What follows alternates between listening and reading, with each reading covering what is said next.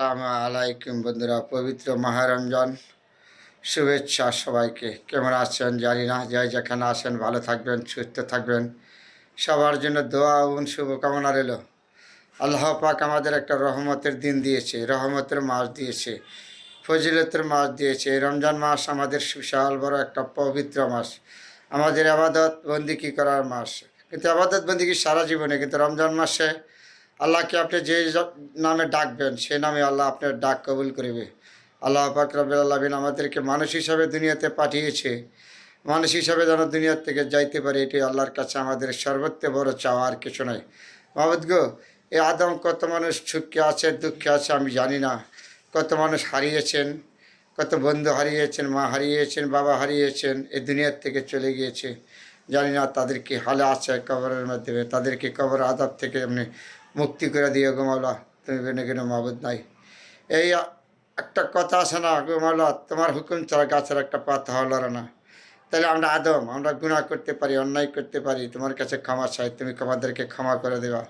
তুমি আমাদের সকল আপদ বিপদ থেকে উদ্ধার করে দেবা। তুমি আমাদের পারিবারিক সমস্যা আছে, আর্থিক সমস্যা আছে, যাই যেখানে যে সমস্যা আছে মাওলা গো, তুমি মাহ রমজান উপলক্ষে সবাইকে তুমি ক্ষমা করে দাও, মাফ করে দাও। যারা অসুস্থ আছে, হাসপাতালে আছে মাওলা, তাদেরকে তুমি ক্ষমা করে দাও, মাফ করে দাও। যারা আপদ বিপদে আছে, মহা চিন্তা ভোগ করতেছে, তাদেরকে চিন্তা থেকে মুক্ত করে দাও। তুমি বেনে কিনা মাহবুদ নাই মাওলা গো, তুমি সকল পরের মালিক। আমরা গুনাহগার বান্দা, আমরা গুনাহ করেছি, অন্যায় করেছি, জানি না না জানি না, তোমার কাছে ক্ষমা চাই। তুমি বেনে কিনা মাহবুদ নাই কারো কাছে। তুমি না বলিছ এ আদম, তুমি পাহাড় পরিমাণ গুনাহ করো, তুমি আমাকে ডাকার মতন ডাকা, আমি তোমাকে ক্ষমা করে দেবো, মাফ করে দেবো। তাহলে আল্লাহ তোমার কথা মতো তো আমরা গুনাহগার বান্দা, আমরা গুনাহ করেছি, অন্যায় করেছি, তোমার কাছে ক্ষমা চাই, তুমি আমাদেরকে ক্ষমা করে দাও। যে আমার এই সুন্দর একটা মাস, রহমতের মাস, সদায়তের মাস, এই রমজান উপলক্ষে আমাদের সকল কবরবাসীকে তুমি মাফ করে দাও।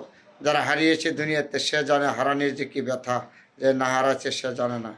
তারপরে বলেছি যারা কবরবাসী আছে আল্লাহ পাক তাদেরকে তুমি মাফ করে দাও, ক্ষমা করে দাও। তোমার কাছে আমরা গুনাহগার বান্দা হয়ে বারবার তোমার কাছে আবেদন করেছি, তুমি যদি মাফ না করো আমরা কার কাছে যাব? আমাদের যারা পারিবারিক সমস্যা আছে, আর্থিক সমস্যা আছে, তাদেরকে তুমি এই সমস্যার থেকে দূর করে দাও। সকল বাল্লা মসজিদ তুমি দূর করে দাও।